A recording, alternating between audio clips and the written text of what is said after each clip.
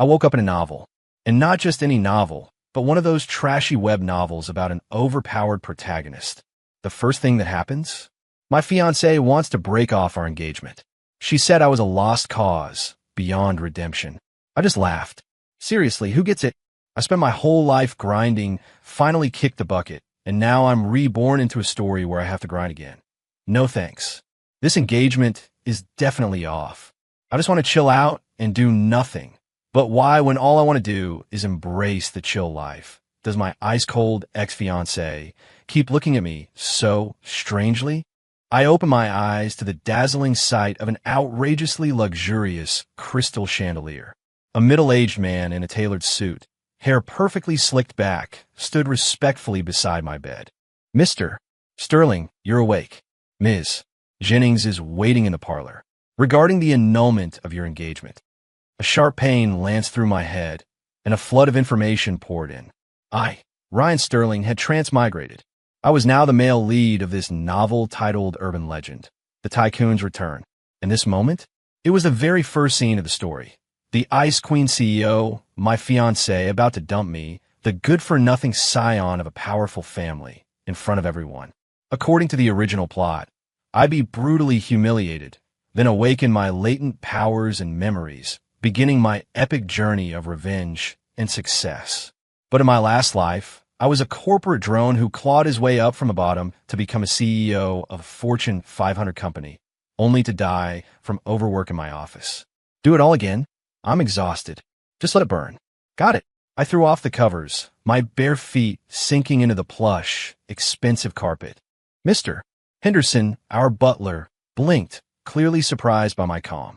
I ignored him, walked straight into the walk-in closet, grabbed a random t-shirt and some board shorts, and shuffled downstairs in a pair of flip-flops. In the parlor, the atmosphere was so thick you could cut it with a knife. A woman in a crisp, white business suit, with an aura of detached coolness, sat in the main armchair. That was my fiancée, Clara Jennings, CEO of Jennings Corp. Her stunningly beautiful face was currently a mask of frost. The moment she saw my attire, her elegant brows furrowed, and the disgust in her eyes almost spilled over. Ryan Sterling, I'm here today to inform you that our engagement is officially over. Her voice, like her demeanor, was cold and devoid of emotion. The faces of the elders in the living room were grim. My dad, practically fuming, pointed at me, ready to unleash a torrent of abuse. You ungrateful little. I raised a hand, cutting him off. Fine by me. 2 simple words, light as a feather, yet they detonated like a bomb in the quiet room. Everyone froze. For the first time, Clara's perpetually icy expression showed a crack. Her fingers, gripping the engagement annulment agreement, tightened slightly, her knuckles turning white. She had probably prepared a whole speech of insults for me, but my fine by me choked it all back down her throat. You agree? She sounded almost disbelieving. What else? I sauntered over to the sofa opposite her, flopped down, and let out a comfortable sigh. You've already signed the papers. Am I supposed to cling to your leg, sobbing and begging you not to leave? Ms. Jennings, we're adults. Let's keep it classy. My dad was trembling with rage, while my mom patted his back frantically. Clara's face turned a captivating shade of pale green. She took a deep breath, apparently trying to regain control.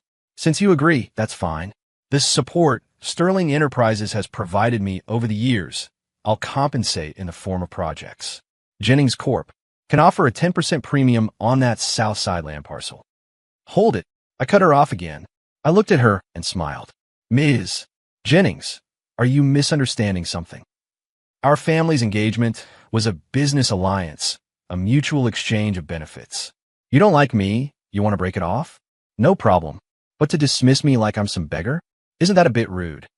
I crossed one leg over the other, my flip-flops dangling. The annulment is fine, but skip the compensation. My family, Sterling Enterprises, isn't so desperate that we need to sell off our son to get projects. From now on, you go your way, I'll go mine. Oh no, I shifted into a more comfortable position. I'll just lie in my comfortable bed. With that, I yawned and told Mr. Henderson, show her out. The parlor fell silent, a deathly quiet. Clara stared at me, her gaze so intense it felt like it could bore holes through me. She probably never imagined that Ryan Sterling, who had always been her obedient puppy, her devoted doormat, would speak to her with such an attitude. She left, taking the agreement I hadn't even bothered to look at. She left in a huff. My dad finally couldn't take it anymore. He snatched a feather duster from a nearby stand and lunged at me. "I'll kill you, you disrespectful brat. You've shamed the Sterling name." I took off running. Dad, don't be rash.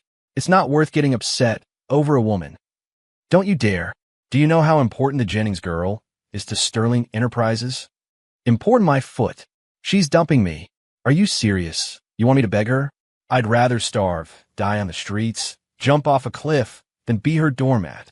The Sterling mansion descended into utter chaos. While dodging my dad, I whistled to myself internally. Screw the tycoon's return, screw the corporate empire. I just want to be a good-for-nothing slacker, living off my inherited wealth. This life, nobody's going to make me grind again. The next day, I woke up naturally. Sunlight streamed through the massive floor-to-ceiling windows. I stretched, my bones cracking in a satisfying symphony. This is how life should be. I grabbed my phone from the nightstand and dialed a number. "Hey, Mike," a voice, both excited and respectful, answered. "Boss, you finally called. I've been waiting so long. I practically withered away." Mike, full name Mike Shun. In the original novel, he was my most loyal and talented subordinate, a business prodigy. Unfortunately, he was held back by my worthless self in the early stages, only truly shining after my awakening. "All right, save the chatter." I yawned. "I've got a task for you. Name it, boss." Through fire and brimstone, Mike Shin won't even bat an eye. "Starting today, you're taking over all operations for Sterling Enterprises." A silence fell on the other end of the line. A full 10 seconds. "Bo boss? You're not kidding, are you? Mr. Sterling Sr. I'll talk to my dad. Just tell me, can you handle it?" "Yes, boss. I'll handle it brilliantly. I promise." Mike's voice was trembling, the excitement of long-suppressed ambition finally unleashed. "Good. I'll occasionally give you general directions, but you handle the specifics. Don't bother me unless the company is about to go bankrupt. Also," I added, "find me a personal chef, someone who can cook a full gourmet meal, Michelin star level, and set up a wine cellar for me. I want to dabble in making my own artisanal wines." Mike clearly couldn't keep up with my thought process. "What's up? I need to maintain my quality of life. That's all. I'm hanging up." I ruthlessly hung up the phone, as if I had just handed over a multi-billion-dollar corporate empire instead of a kid's summer homework. Others are grinding through life. I'm just fluffing my pillow. After all, anything outside my blanket means work. With that sorted, I felt great and decided to go find some food. I hopped into the flashiest car in the garage, a pink Lamborghini, and drove straight to Sterling City's most renowned private restaurant, the Serenity Garden. The owner of the Serenity Garden was mysterious, and it operated on a membership-only basis, rumored to be exclusive regardless of wealth. But who was I, the original protagonist? I still had that much pull. I tossed my keys to the valet and swaggered inside. "Welcome, sir. Do you have a reservation?" A slender waitress in a traditional dress greeted me. "No, but my name is Ryan Sterling." The waitress paused, then her professional smile became genuinely warm. "Mr. Sterling, the owner said to seat you directly in our best Lotus View private room." I nodded, satisfied. Looks like my protagonist halo still came in handy for enjoying life. The Lotus View room overlooked a pond of water lilies, offering a serene and elegant ambience. I sprawled in the armchair, about to order, when the door gently pushed open.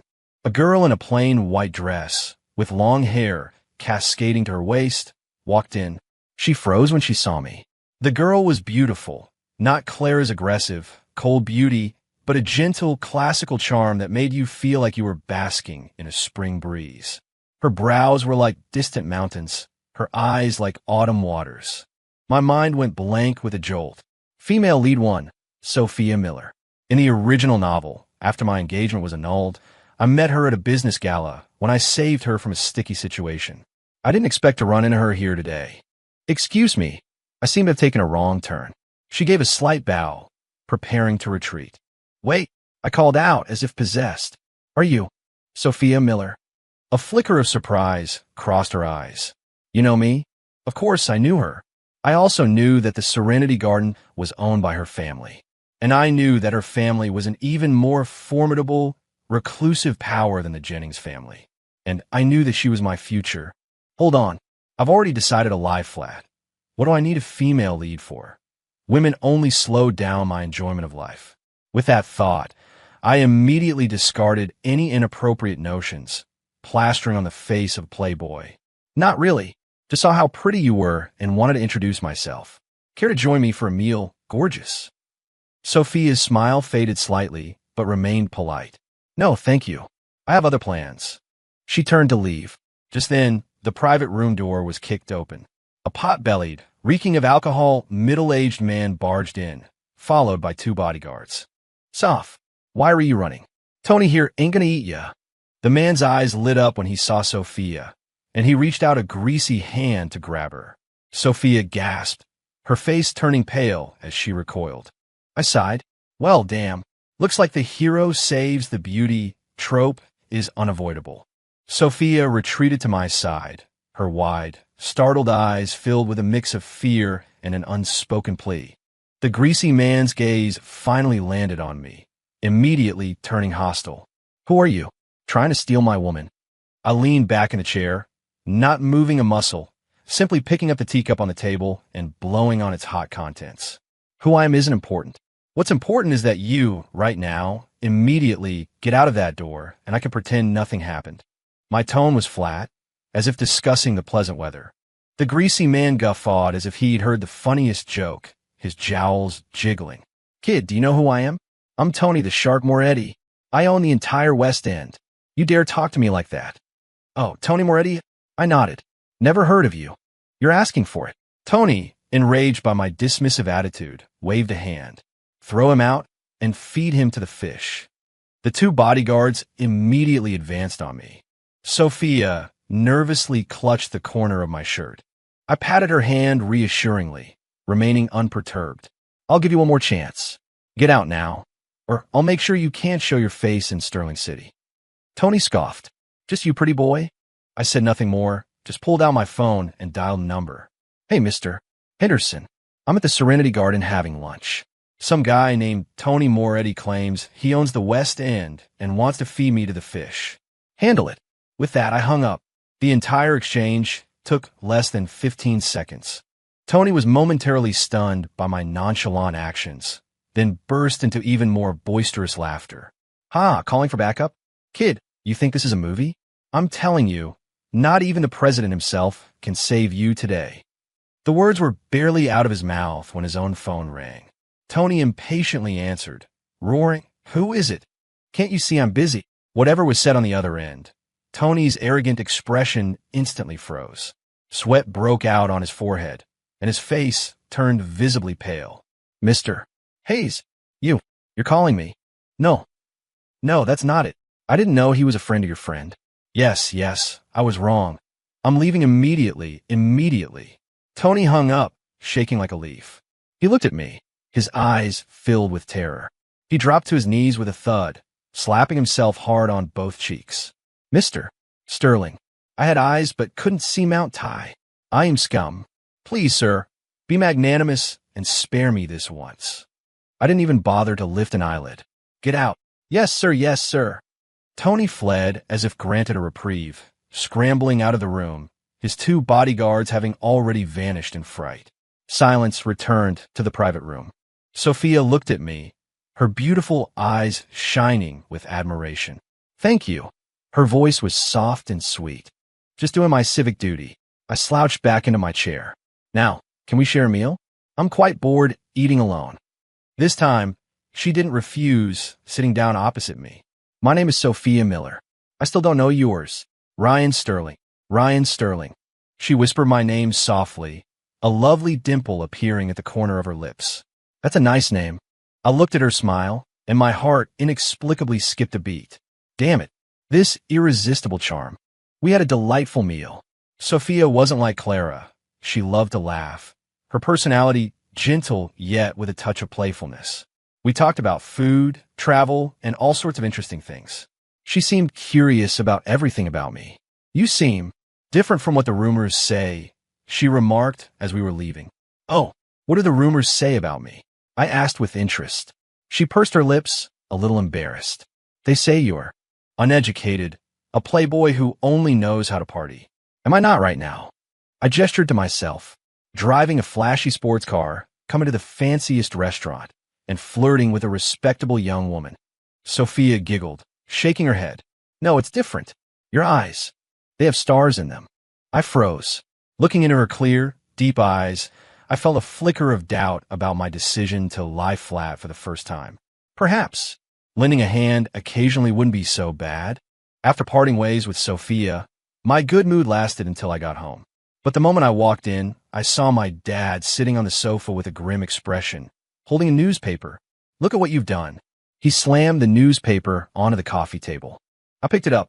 The headline, in huge bold letters, screamed, Jennings Corp.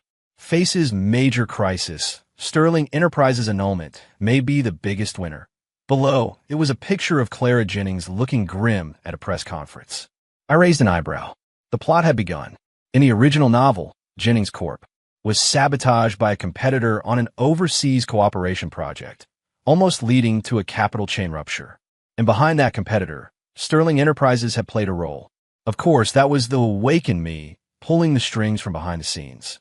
Clara, desperate, would eventually come back begging me, only to be brutally humiliated, thus beginning her long journey of chasing me down. You ungrateful brat. I told you long ago, being allied with the Jennings family brings nothing but benefits. Look, now that Jennings Corp. is in trouble, everyone thinks Sterling Enterprises is behind it. We're being called ungrateful scoundrels. My dad fumed, stroking his mustache. I shrugged, looking innocent. What's it got to do with me? She's the one who wanted to break off the engagement, not me. Besides, Sterling Enterprises hasn't done anything, has it? You. All right, Dad, don't get worked up. I tossed the newspaper aside. Mike's handling the business. Why don't you join me in early retirement, tend to some plants, do some fishing? Wouldn't that be great? My dad was so choked up he couldn't speak. Just then my phone rang. It was Mike. Boss, something big happened. His voice was unusually excited. Did the company go bankrupt? No. Even more exciting. Jennings Corp. is in trouble, and the Wall Street wolves smelled blood. They're aggressively shorting Jennings Corp.'s stock. Their share price has already hit rock bottom. Oh, my reaction was flat. Oh, just an oh, boss. This is a once-in-a-lifetime opportunity. If we just now. Mike, I cut him off. What did I tell you yesterday? Silence on the other end. You said, boss, to find a way to turn the $30 billion of idle cash in our company account into $300 billion within a month. That was the text I sent him yesterday. He thought I'd made a mistake then, right? The opportunity's here. You know what to do. Don't disappoint me. Boss, I understand. Mike's voice had a tremor. You mean to buy low and flip it? I didn't mean anything. I just want to see a $300 billion account balance. The process isn't important. I get it. Boss, I totally get it. Don't worry. I'll complete the mission. Mike hung up, energized. I shook my head. This cursed competitive drive. Meanwhile, in the CEO's office at Jennings Corp., the atmosphere was suffocating. Clara Jennings stared at the continuously falling stock price, her beautiful face as cold as ice. Have you found out? Who's behind this short selling? The secretary nervously replied, We found out. The lead is a Wall Street hedge fund, but we also discovered a mysterious account that's been aggressively buying up our circulating shares in the market. Mysterious account? Whose? Can't track it. Their anti-tracking capabilities are too strong. But based on the capital flow analysis, the source seems to be Sterling Enterprises. Sterling Enterprises? Clara's head snapped up, a flicker of disbelief in her eyes. Ryan Sterling. She almost bit out the name. In her mind, that good-for-nothing slacker who only knew how to eat, drink, and party possessed such financial power and cunning. Impossible. Absolutely impossible. It must be old Mr. Sterling pulling the strings from behind. Was he trying to force her to come back this way? Thinking this, Clara's gaze grew even colder. She picked up her phone and dialed a number. It's me. Arrange a meeting with Mr. Sterling from Sterling Enterprises. Tell him I want to discuss that South Side land parcel. She refused to believe that if she humbled herself, the Sterling family would refuse her. The next day, a news story exploded across Sterling City's financial circles. Ryan Sterling didn't get out of bed today. This inexplicable topic actually trended on social media. Clicking on it, the content was even more ludicrous. A candid photo showed me in board shorts, a breakfast burrito in my hand, squatting by a street stall, sipping coffee. The caption read, "According to informed sources, Sterling Enterprises invested tens of billions yesterday, precisely buying low on Jennings Corp. Stock, earning $3 billion overnight."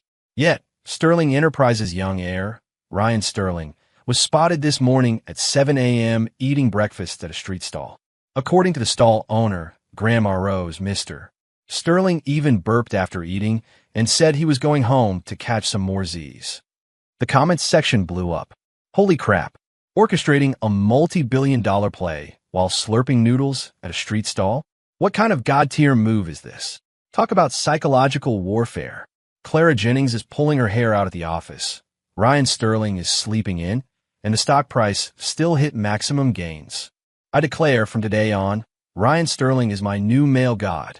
Who wouldn't love a man who makes money while lying flat? Ryan Sterling didn't get out of bed today. Company stock is up. I got up early for work. Company fined me for being late. The gap between people is wider than between a human and a dog. I looked at the news on my phone, almost spitting on my coffee. This Mike, he really was a talent. I just told him to turn 30 billion into 300 billion. He went and made me famous overnight. He also conveniently sculpted my image into that of a stock market guru among commoners, winning even while lying flat. Nice, I'm very satisfied. This way, no matter how much of a slacker I am in the future, people will just think I'm a quiet genius hidden in the city. I was happily scrolling through the comments when a call came in. It was Sophia Miller. "Ryan, you're trending, did you see?" Her voice was laced with laughter. I saw. I was wondering how I'd explain my laziness, but now it's all good. Everyone thinks I'm a hidden master. Sophia burst into soft laughter at my words. "You're truly interesting. Oh, I made some homemade plum wine today. Would you like to come try some?" "Absolutely. Send me the address." My eyes lit up. Such good news. I immediately dropped my burrito and drove my pink Lamborghini straight to the address Sophia sent. It was an estate on the outskirts of the city, even larger than my family's villa. Sophia, in a simple linen dress, looked like a fairy untouched by the mortal world, waiting for me at the entrance. "Your house is huge," I genuinely exclaimed. "Usually just me and my parents live here. They're out today," she said, her cheeks faintly flushing. I followed her into a classical-style courtyard, filled with various jars and pots. The air was filled with a faint aroma of wine and fruit. "Wow, you actually make your own wine." I was a little surprised. MHM, my grandpa taught me. I like these traditional things. She handed me a glass of amber-colored liquid. I took a sip, sweet and sour, with a clear, refreshing taste and an endless aftertaste. "Delicious. I'm glad you like it." She smiled, her eyes curving, sweeter than the wine itself. We sat at a stone table under a grape arbor, drinking and chatting. Sunlight filtered through the leaves, creating dappled patterns of light and shadow. Time stood still. I looked at her profile, illuminated by the sun, appearing almost translucent. As if possessed, I reached out and gently stroked her head. Her hair was soft, carrying a faint, clean scent. Sophia's body tensed, her face instantly turning crimson like a ripe apple. She didn't pull away.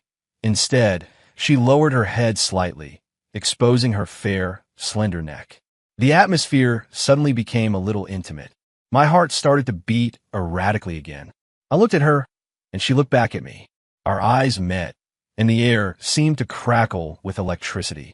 Just as I felt an irresistible urge to lean closer, her stomach let out an ill-timed grumble. Sophia's face turned an even deeper shade of red, wishing for a hole to swallow her whole. I chuckled. "Hungry?" She nodded, her voice barely a whisper. "What do you want to eat?" "I'll make it for you. You can cook." She widened her eyes in surprise. "Of course." I stood up, rolled up my sleeves. "I've mastered all the major cuisines. Today, I'll show you what a true Iron Chef is like." Watching my retreating figure as I walked into the kitchen, Sophia's eyes sparkled. She propped her chin in her hands, an irrepressible smile playing on her lips. She felt like she had truly found treasure. Clara Jennings ultimately didn't get to see my dad. Following my advice, my dad used poor health as an excuse and jetted off to the Maldives for a fishing trip. Clara, rebuffed, looked even colder. She couldn't believe Sterling Enterprises wouldn't be interested in that Southside land parcel. She thought the Sterling family was playing hard to get, trying to manipulate her. The more she thought this, the more her inherent pride prevented her from backing down. She began to mobilize all her resources and connections, attempting to reverse the downward trend. However, the Wall Street wolves, coupled with the elusive Mike, rendered all her efforts largely ineffectual. Jennings Corp.'s stock price continued to fluctuate wildly at rock bottom. Just as Clara was at her wit's end, Sterling City's annual Elite Charity Gala arrived as scheduled. This was a major gathering for high society and an excellent platform for exchanging resources and seeking cooperation. Clara knew this was her last chance. She donned the black evening gown that best represented her status and position, appearing in the ballroom like an arrogant queen. The moment she appeared, she became the center of attention. However, those eyes that once held fawning admiration and deference now carried a hint of schadenfreude. Look, that's Ms. Jennings from Jennings Corp. Heard her company is almost bankrupt. TSK, what a shame for such a beautiful face. If she'd known this would happen, why did she break off the engagement with the Sterlings? Now look, Mr. Sterling is making money lying flat, while she has to beg everywhere. Tell me about it. I heard Mr. Sterling has been getting pretty close with Ms. Miller recently. The Millers. They're even more powerful than the Jennings. These whispers, not too loud, not too soft, reached Clara's ears. Her nails dug deeply into her palms. Just then, a commotion erupted at the ballroom entrance. Everyone turned to look. I had arrived. I wore a casual suit, no tie, 2 buttons undone, revealing a hint of my tan chest. My whole demeanor exuded a lazy, yet utterly captivating sexiness. But what truly captured everyone's attention wasn't me. It was my date, Sophia Miller. Tonight, she wore a pale purple starry night gown, her hair elegantly swept up, revealing her swan-like neck. She wore no exaggerated jewelry, just 2 small pearls adorning her earlobes. She was refreshingly elegant, like a fairy under the moonlight. She held my arm, a sweet smile on her face, murmuring something to me. We stood together like a painting, a very, very dazzling painting. At least, that's how it seemed to Clara. Her gaze, like 2 ice-cold daggers, shot directly at us. I felt her stare, looked up, and raised my glass to her from afar, a playful smirk curving my lips. That smile held no provocation, no showing off, just pure, calm amusement, as if to say, "See, I'm doing better without you." Clara's heart clenched. An emotion she had never experienced before, envy and resentment, fiercely blossomed within her. How? How could this utterly worthless slacker gain Sophia Miller's favor? Why could he be so nonchalant while she struggled here, holding everything together? Just then, a handsome man in a white suit approached Clara, a glass in hand. Clara, long time no see. Brenda Hayes, the main antagonist in the original novel, also secretly in love with Clara and one of the primary culprits who took advantage of Jennings Corp. As Crisis. Of course, the current Clara was still in the dark. Brandon, when did you get back? Clara looked surprised to see him. Just returned, and I heard you were in trouble. Brandon's eyes were full of concern. Don't worry, I'm here for you. A mere Sterling Enterprises. I don't even bat an eye at them. He spoke softly, yet deliberately ensured those around could hear him. He looked at me, his eyes full of disdain and provocation. I smiled. Finally, he's here. The villain makes a grand entrance. Now it's time for my flex moment. Oh no, it's my lie flat moment. This small-time stuff doesn't require my personal intervention. Brandon expected his words to at least make me flinch. Instead, I didn't even lift an eyelid, continuing to discuss which mini dessert to eat with Sophia. I think the chocolate one looks good. But the strawberry one looks delicious too, Sophia said, looking conflicted. Then get both, I said with a grand gesture. But I'll get fat. I can still carry you when you're fat. You're terrible. We flirted openly, completely ignoring Brandon, who was left standing awkwardly. A suppressed ripple of laughter spread through the crowd. Brandon's face instantly turned a deep shade of purple. He prided himself on being a prodigy, wielding influence in overseas capital markets. He had never been so thoroughly ignored. Ryan Sterling. He finally lost his temper, raising his voice. What else can you do besides hide behind women? His shout successfully captured everyone's attention. All eyes turned to us. Looks like a show's about to start. I finally looked up, lazily glancing at him. I can also eat, sleep, and play video games. What, you want to learn? Somewhere in the crowd, someone couldn't hold back their laughter. Brandon's face turned even uglier. Sharp tongue. Today, I'll show you what real power is. He snapped his fingers, and an assistant immediately handed him a document. This is Azure Innovations, a company I just acquired. Its market value will at least quadruple in the next 3 years. And what does your Sterling Enterprises have, besides riding on your ancestors' coattails? You're just a good-for-nothing who got famous trending on social media because your fiancé dumped you. He was trying to publicly humiliate me. Clara stood by, saying nothing, but the coldness in her eyes clearly stated her position. She also wanted to see what kind of confidence this Ryan, who had repeatedly surprised her, truly possessed. Before I could speak, a voice rang out from behind me. Azure Innovations? You mean that company that claimed to have independently developed the Sky Arch system, but 90% of its core code was plagiarized from our company's open source project 3 years ago. Mike had arrived. I didn't even notice. He was in a well-fitting suit, wearing gold-rimmed glasses, looking scholarly, but his words cut like a knife. He walked up to Brandon, snatched the document from his hand, glanced at it, and then sneered. This, a hollow shell built on theft, and lies dares to challenge boss Sterling. Who are you? Brandon was intimidated by his aura. Who I am isn't important. Mike pushed up his glasses. I just want to remind Mr. Hayes that our company's legal department already sent a cease and desist to Azure Innovations this afternoon. Furthermore, we've partnered with over a dozen companies in the industry to launch a patent infringement assault on Azure Innovations.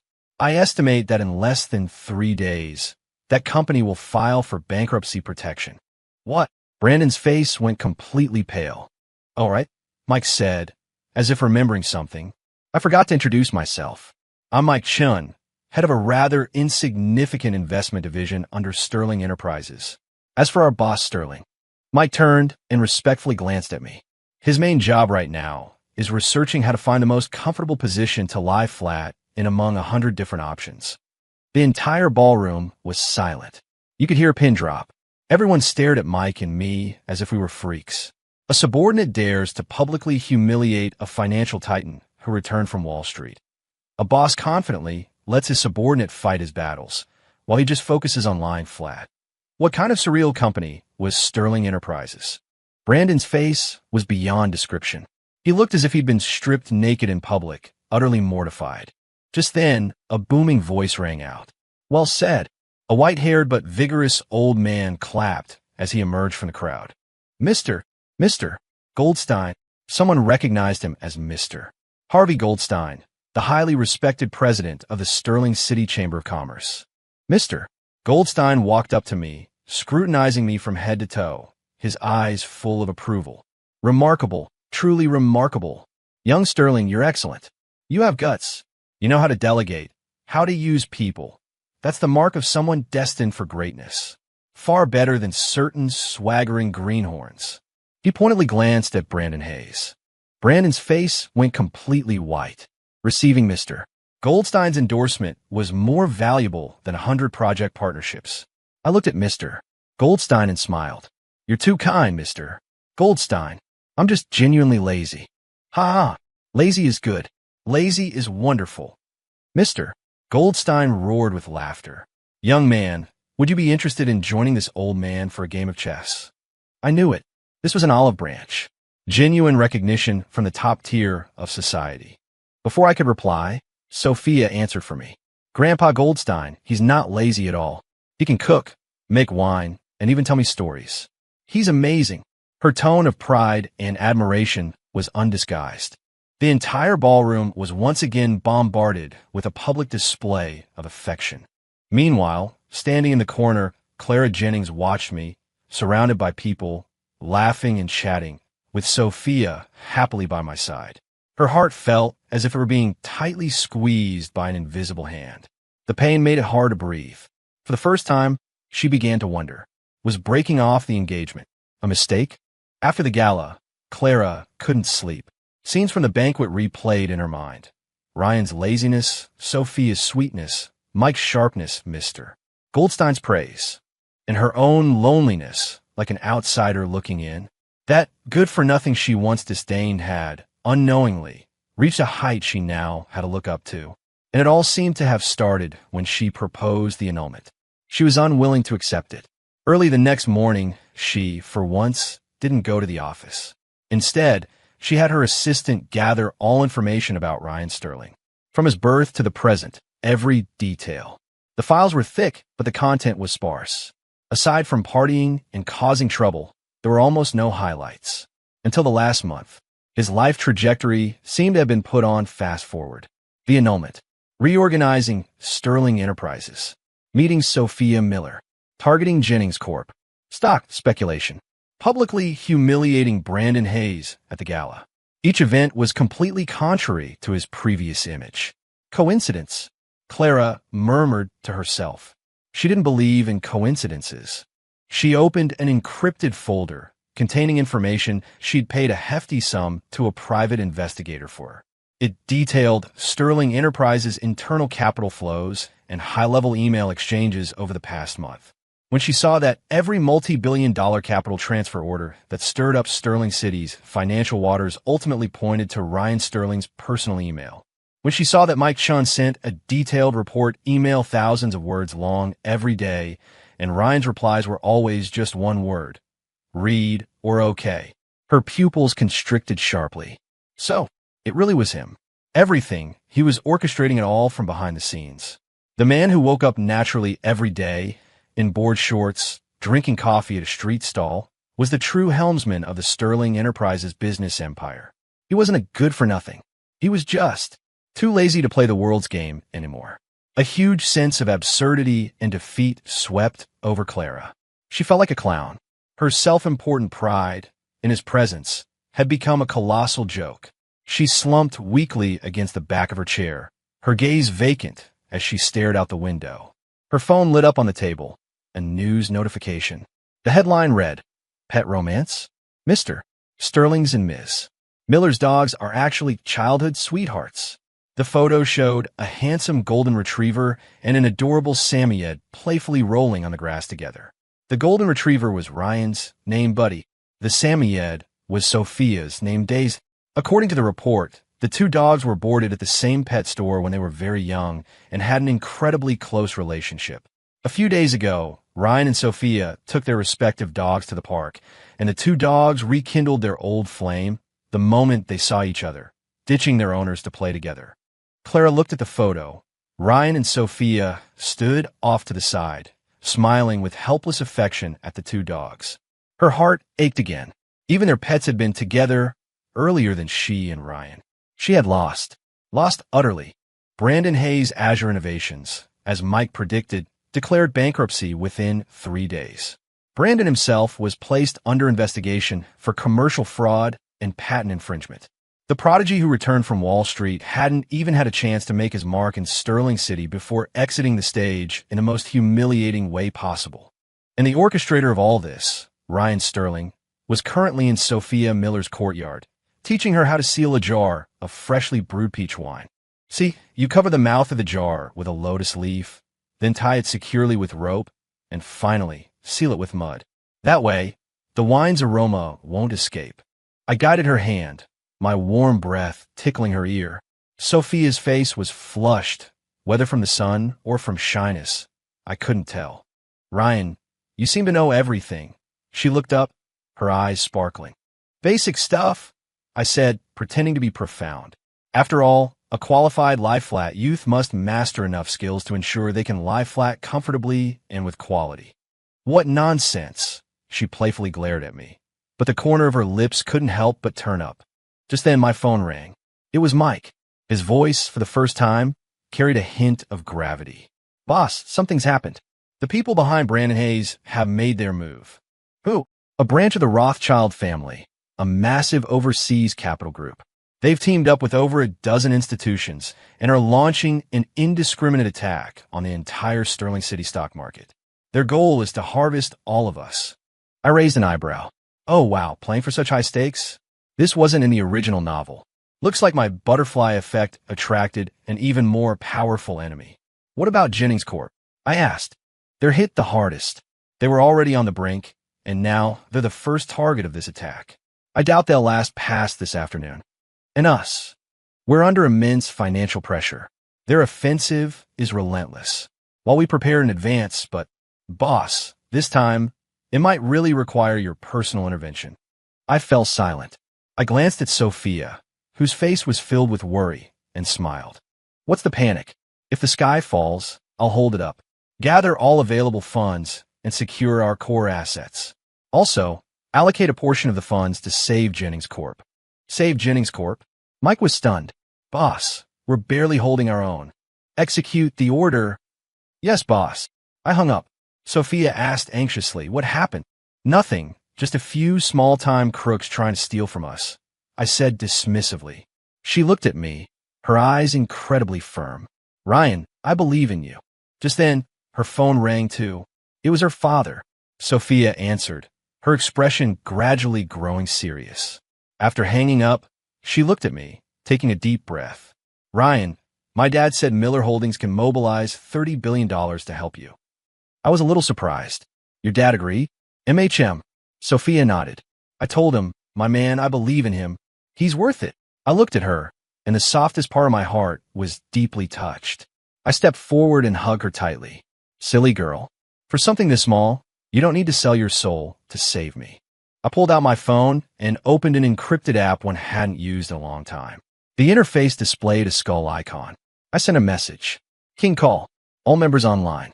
Target. Rothschild branch. Annihilate. 3 seconds later, in countless corners of the world, in front of countless computers, individuals known as gods simultaneously received this message. They dropped everything they were doing, their eyes burning with fervent anticipation. Their king, after 3 years, had finally issued a summons again. A storm about to sweep across the global financial markets was about to begin. And I just held my girl close and whispered, come on, let's go somewhere fun.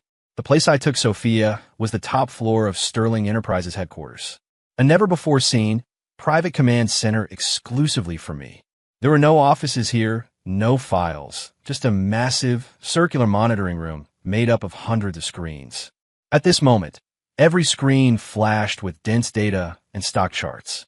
Mike and his team were here, standing by, their faces etched with tension and exhaustion. Seeing me walk in with Sophia, everyone froze. Oh, boss. Mike's lips were dry. How are things looking? I asked. It's bad. Their firepower is too strong. Our defenses are about to collapse. Mike's voice held a trace of despair. I walked to the main console and glanced at the data on the screens. The enemy's offensive was like a furious storm, precise and deadly. Truly worthy of a financial dynasty spanning centuries. Sophia, are you scared? I turned to ask her. Sophia shook her head. She walked to my side and held my hand. No, I believe in you. Her palm was a little cold, but her gaze gave me endless strength. I smiled. Good. Then let these thugs see what real skill looks like. I sat down at the main console, my 10 fingers blurring over the keyboard. Lines of code flowed like a waterfall across the screens. Mike and his team were completely dumbfounded. They never knew their lie-flat boss was also a top-tier hacker. Connecting to global darknet servers. Activating Zeus system. Target locked, commencing counterattack. I issued command after command, my tone calm, yet filled with undeniable authority. In that moment, I was no longer the lazy rich kid. I was the king, surveying his domain. On the circular screens, the green defensive lines, representing our side, had been steadily retreating. But after my intervention, a golden dragon appeared out of thin air. With devastating force, it slammed into the red torrent, representing the enemy. Around the world, Countless magnates following this financial war witnessed this astonishing sight. My God, it's him. The king is back. The mysterious organization Tartarus that bled Wall Street dry 3 years ago. Their king has made his move. Quick, retreat. We've provoked someone we shouldn't have. The enemy's offensive instantly crumbled. That massive capital force, as if encountering a natural predator, began to frantically flee. But it was too late. The golden dragon opened its gaping maw and swallowed them whole. The entire process took less than 10 minutes. On the screens, all the red disappeared. Only the golden dragon remained, coiled in the center of the screen, surveying all creation. In the monitoring room, silence reigned. Everyone stared at me as if I were a god. I stretched, stood up from the chair, and reverted to the lazy Ryan Sterling. Done. Mike, the rest is up to you. Take this money and renovate all the orphanages and senior centers in Sterling City. Yes, boss. Mike's voice was trembling. I took Sophia's hand, and under the worshiping gazes of the others, we walked out of the monitoring room. Come on, we still need to seal our peach wine. At this very moment, in the CEO's office at Jennings Corp, Clara Jennings stared blankly at her company's stock, which had gone on a roller coaster ride from rock bottom to maximum gains, eventually turning profitable. Her secretary rushed in, shouting excitedly, "Ms. Jennings, we were saved by a mysterious fund. Not only did we recover all our losses, but we even made a huge profit." Mysterious fund? In Clara's mind, that lazy figure involuntarily surfaced. Was it him? She picked up her phone, trembling, and dialed the number she thought she would never call again. The call connected. Ryan's familiar yet distant voice came through. "Hello, who is this?" I am Clara Jennings." "Oh, my ex-fiancé. Something up." His tone was polite yet distant, like he was speaking to a stranger. Clara's heart ached fiercely. "Today. Thank you. Thank me for what? Don't pretend I know it was you." There was a moment of silence on the other end, followed by a soft chuckle. "Ms. Jennings, you might be mistaken. I simply didn't want to see my future wife's family assets shrink because of a few nobodies. After all," his voice paused, carrying a hint of indulgent laughter, "if she ran out of money, who would support a good-for-nothing like me?" The call disconnected. Clara stood frozen, holding her phone. The sunlight outside the window was clearly warm, yet she felt utterly cold. She looked at the photo on her phone screen. Ryan and Sophia embracing under a peach tree. The man handsome, the woman beautiful. A match made in heaven. She finally understood. Some people, once missed, truly can never be gotten back. 2 lines of clear tears silently streamed down the face of the Ice Queen. End.